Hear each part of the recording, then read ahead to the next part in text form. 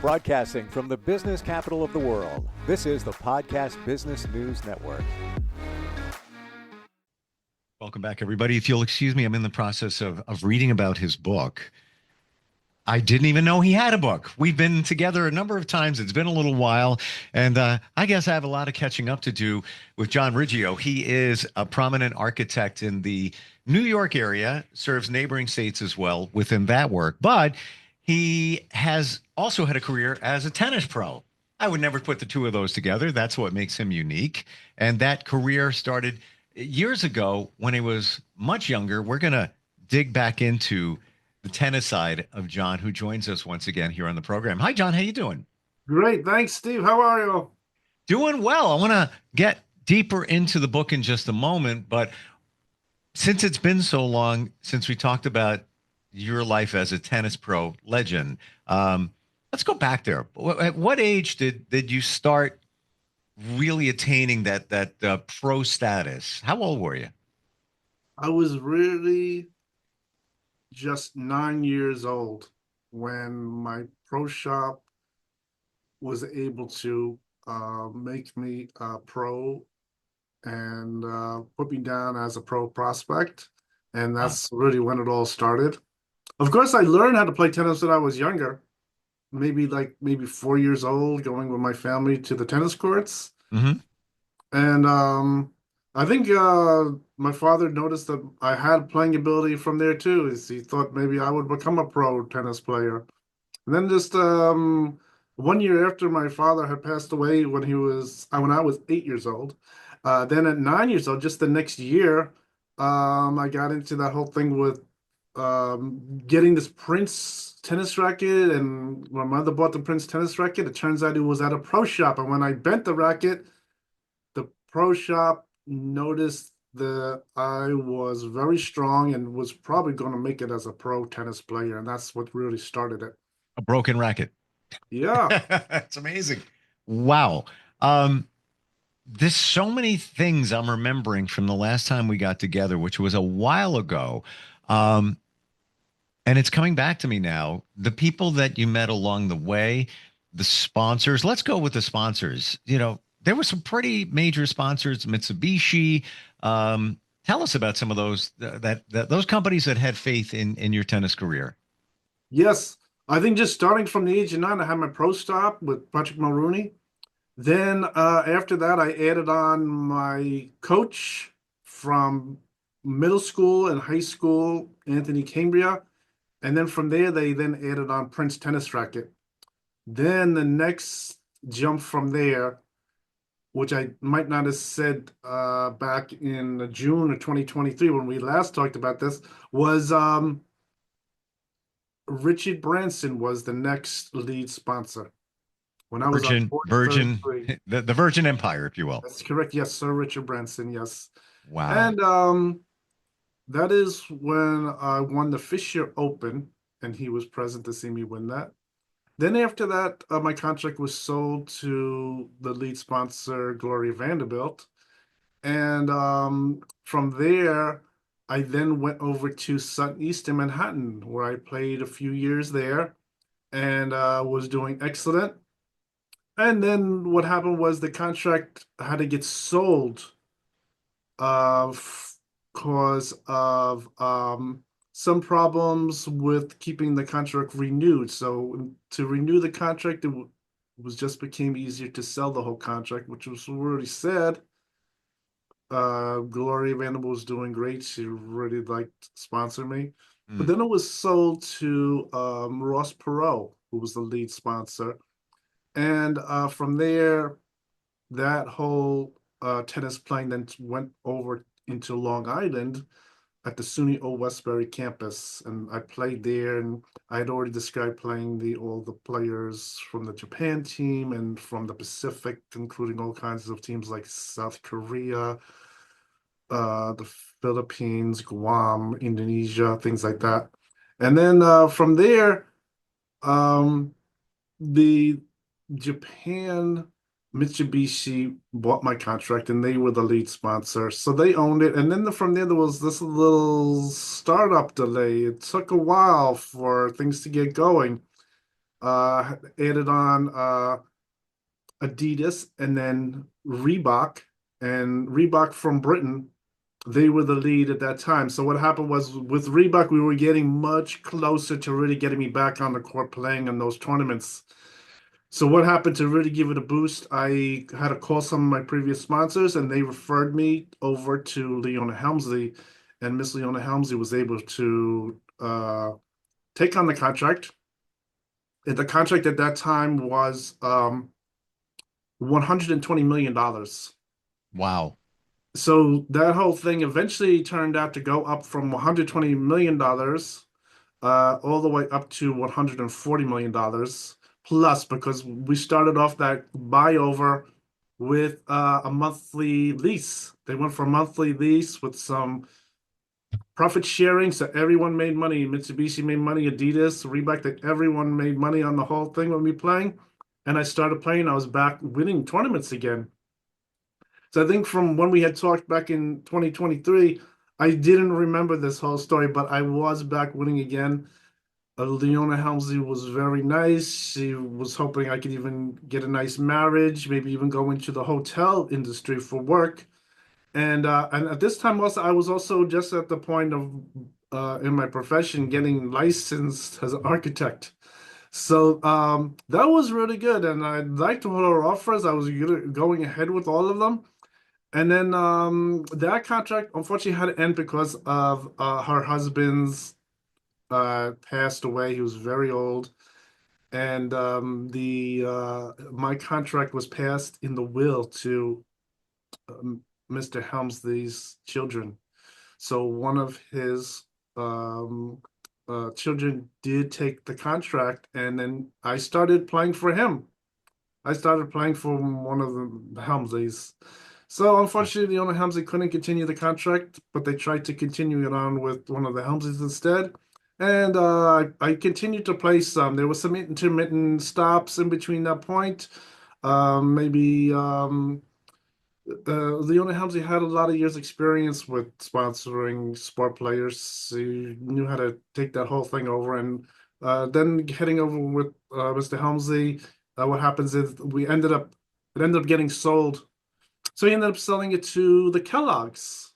So Mr. Kellogg was somewhat young. He was very young, and he gave it a try. But he was still learning as he was doing the sponsorship. And then my contract then even added an even $150 million with Mr. Kellogg. So that was pretty good. And we tried doing it, and that went all the way to the year 1998. And I was continuing to play. And I think what happened was, since he was young and he was just sort of giving it a try, he sort of ended that whole thing. He didn't really want to proceed anymore with the sport sponsoring, and he put my contract up for sale. And what happened is I had to sit out at that point. The playing stopped. Mm. So unfortunately, at that point wasn't even the end. Then it took all the way to the fall of 1999, where I did have another sponsor that was interested in looking at my tennis playing, and they did pay the ATP to have me play some tennis. So I went back to Sudden But what happened between 1998 and 1999 is I get very upset about whatever was happening with the tennis. There was no side tennis, no family friends tennis. Um, the local tennis center, they demolished it and built apartments. They had invited me to play there years ago previous. So there was all kinds of strange things going on. And then I gave my tennis rackets to charity. Now I think what happened with giving the tennis rackets to charity turned out to be more of a problem than I thought, because when I started playing in 1999, I told them I don't have my tennis rackets. And included in those tennis rackets was my Pro Stock, which was originally like a $1,400 racket, plus stringing is another $250 Mm. to have that racket. And most importantly, that racket, the pro shop had to write my name down, write the racket, write the poundage of the string at 62 pounds. And they had to really keep that record and verify that it's a legal tennis racket. And I think that is the number one point where in 1999 of why they just didn't give me a pro stock racket was because you really need a serious uh, pro shop that has the abilities to really take down that information and it's completely legal. So getting the new pro stock racket wasn't that easy. I didn't look around to buy the pro stock racket. I think they had promised me to give me a pro stock racket, but what happened was I told them I need like a few, either they can give me like maybe 20 matches to warm up. It would take maybe 3, 4, 5 weeks, or I could try to do it on my own. And so there was like a little delay time. I wasn't there at the tennis center, and I received some phone calls like over 6 months, 9 months time. And there really wasn't any training there to get back into tennis. I think if they gave me 20 matches real quick, I can play again for another couple of years without any problem. I have the ability to play. So that's where that ended off with the last sponsor. And so Hmm. that was the interesting thing. And I think that's really where the end of the career started. So I think so from that time to now, I've been remembering so many things and putting together that list that I finally went ahead and I wrote a book about the whole thing. Wow. This opens up lots of lots of insight in terms of the sports world and how a contract for a sports figure can be moved on, can be taken from somebody else, and then onto this one, and then onto that one. Um, you had a lot of perks along the way, if I recall, right down to a car. I think it might have been a Mercedes, but I can't remember the model or the make. Where I don't even know if you had a driver's license at the time. I'm trying to remember back. Do you recall? Yes, there was a few cars involved. One car was at the Sutton East, and that's where they leased a car for $50,000 for 6 months. But there was some problems. I was still young, and the leaser didn't really want me driving the car around, so it just stayed there in front of the tennis center, Uh, and it just showed about my playing ability was matching this really nice looking car, expensive car. Now, what was the point for them? Was it them to say, "Oh, this is John's car"? They don't. Nobody knows you're not driving it. But is that the marketing plan with the car? Yeah, I think at that time, the car was a symbol of my success in playing tennis, Mm, that I was making money and my sponsors were willing to put some money in to get me a nice car to drive. So I think not seeing me drive the car around might not have been a big deal, but the idea was they really did buy the car and they left it there for me and right. they could see it in photographs and things like that. Mm. I think that sort of idea for somehow took hold. And they had also the car was this McLaren car was with the Ross Perot, and that was a nice expensive car. That was really a car where the leaser really had to bring the car there. And that car took special lessons to drive, but it just stayed there the same way. It was the same idea. It wasn't that many years later. I was still young to drive that kind of car. So it just Mm. stayed there as a symbol of my tennis playing. And so that was about it. I had a couple other cars that were my own cars during the time, but I think th those were two special cars that they wanted to see me next to the cars that that was a symbol that I'm winning really big. So And I've shared this part with others when we talked about it. This is a couple of years ago, uh, and we're going to get to the new book in a moment. But your celebrity connections, one of them being Britney Spears. I was trying to remember how all the pieces came together with that. Can you refresh us? yeah, Britney Spears is really when I was at Sutton East. I talked to her father, Jamie Spears, and she was there too. And they really liked the thing with the entertainment and the sports and everything. And they were friends with Miss Vanderbilt. So they were over there, and yeah, I made friends with them. And then by making friends with them, I started to talk to Brittany, and we became friends for a while. So Wow. she was like a girlfriend interest for a while, and we were talking on the phone outside the courts, things like that. It wasn't a big deal, and so she was a good friend. And she's really very smart. And the father, they're very smart, knowledgeable about sports and everything like that. And overall, it was a very good experience that they were there, and I made friends with them. It was pretty good, and kept contact with them for a few years after that too. Used to talk to them. They invited Wow. me to come over to Los Angeles, play at the Hammond Court they have over there in the area, and so they were very nice with me. Cool. It's pretty Now, good. you referred to Sutton East. We just coincidentally happen to be from Long Island, New York. Um, Sutton East, I'm trying to remember where that was, that on Long Island or was that in the New York City area? Sun East is still a tennis center in Manhattan. It's on Wow. East 59th Street and Sutton Place. There's this big bubble.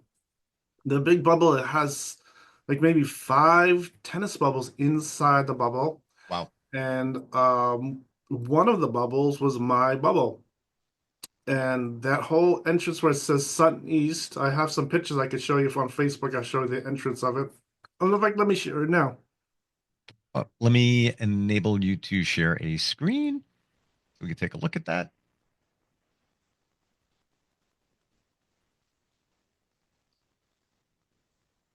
And Okay. certainly want to remind everybody, John Riggio, that's RIGGIO.com, is your main website. And that's the fascinating part. You do architecture, but tennis too. Okay, let me just get the picture here.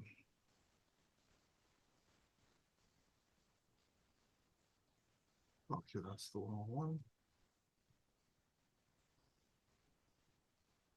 Why are you grabbing that? When did the book come out? The book is just released Was September, or not September, excuse me, February 26th. wow. Oh, you mean it's coming out or it's out now? No, it's It for is, sale. it's available for sale. So Yeah. it was published February 26th. Oh, February 26th of 25. Got it. Okay. Yeah, Yes. because I see it is available in hardcover and paperback. Okay, so let me just share this now. Sure, sure. Okay, so you can see Ah, here the tennis bubble. mm, And this is right here looking towards east is Sutton Place. Looking towards Sutton Place. hmm. And let me just go through some of the pictures. This is showing across the thing, and it's right under the bridge. Because Sure. Manhattan, every little space is really very expensive. So putting this bubble under the bridge is really feasible. And they had it there for a while now. This is like I think 1975 or something like that. So Wow. this is here, and this is a picture of the present day tennis bubble. It isn't from years ago, but it still looks very similar. That it has a play court Hmm. and it has a bubble in there. So this is a small bubble inside that very large bubble. Now this Wow. is the Sun East is was my own bubble, and the other bubbles are the public bubbles that you can go there. Like if you have your city parks card and you go in there, you can play in there. They have lessons and all kinds of things they have for people to play tennis. And on this side was open space, and they put in the bubble just for me, and it had it was a lease space, and it says here Sutton East Tennis. And this is the entrance here. So this was the Mm. entrance. They built this entrance just for me. You walk in there, and this is some pictures here. Wow. Amazing. And this is when I walked in here. They have things on the boards. It shows here Sun East. It shows a couple other tennis locations. This also is here. And this is just showing, and this is the car that was really in front of the Sutton East. This was the Mercedes Benz. It was Wow. very expensive. Wasn't really the everyday Mercedes Benz. It was really very exclusive. This was a sport model. It was a very expensive car to buy. So Wow. this is just some pictures of what the Sutton East was. Sure.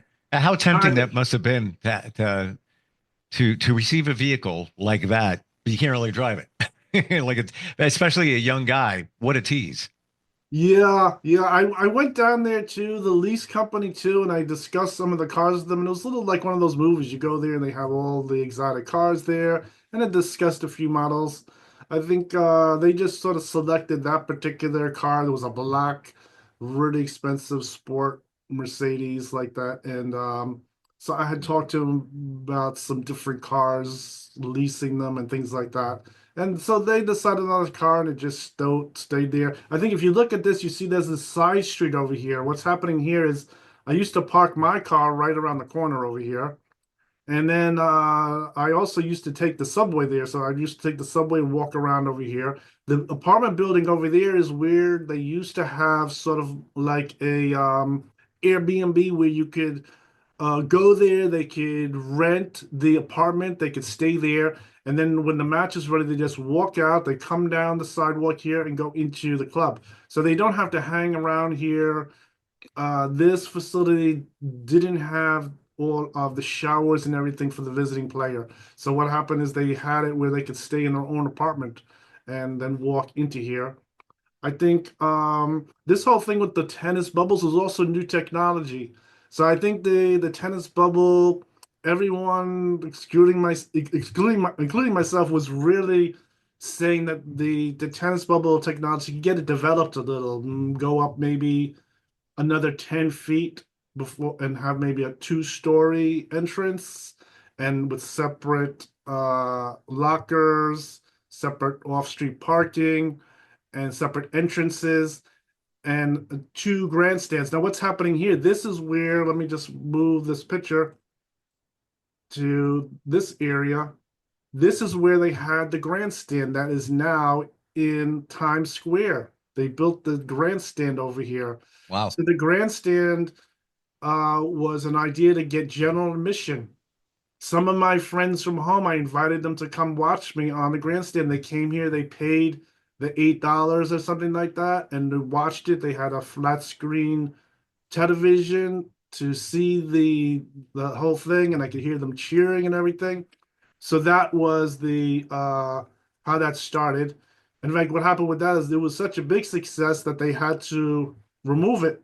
That was they didn't know how big a success that whole thing with the grandstand was going to happen.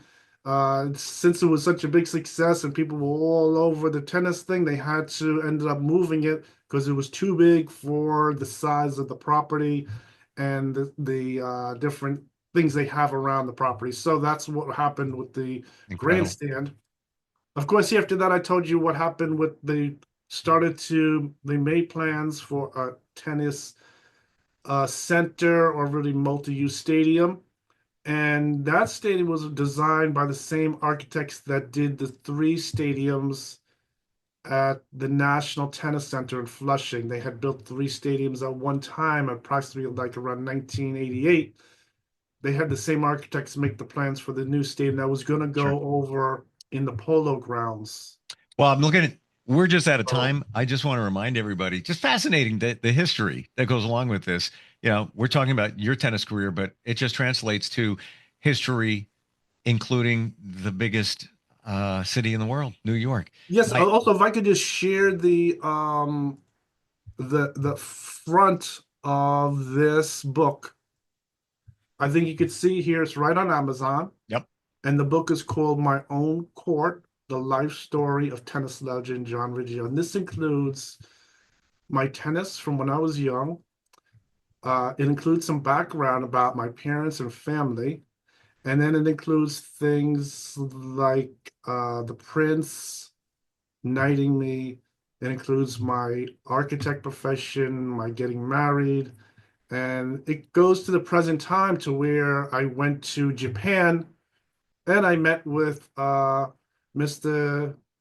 Shigeyuki Nishio, who was my sponsor with Mitsubishi. I found him. I took a trip there with my daughter, and I could show you the picture. Let me just unshare this for 2 seconds. Let me just show you the picture.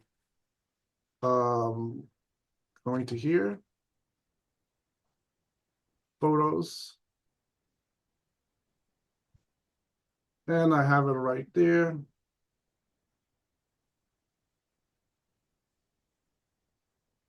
Okay, let me just share this in 2 seconds.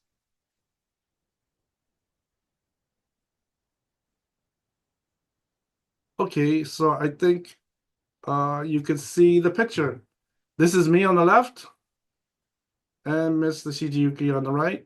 And this is from years ago when I was calling on the phone. I used to talk to them from my apartment. They used to call me.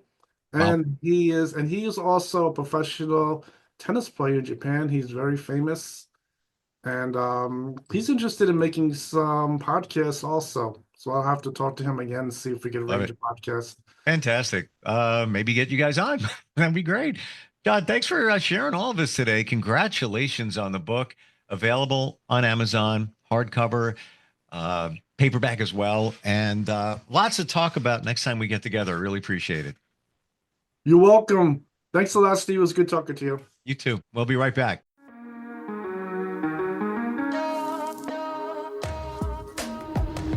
Broadcasting from the business capital of the world, this is the Podcast Business News Network.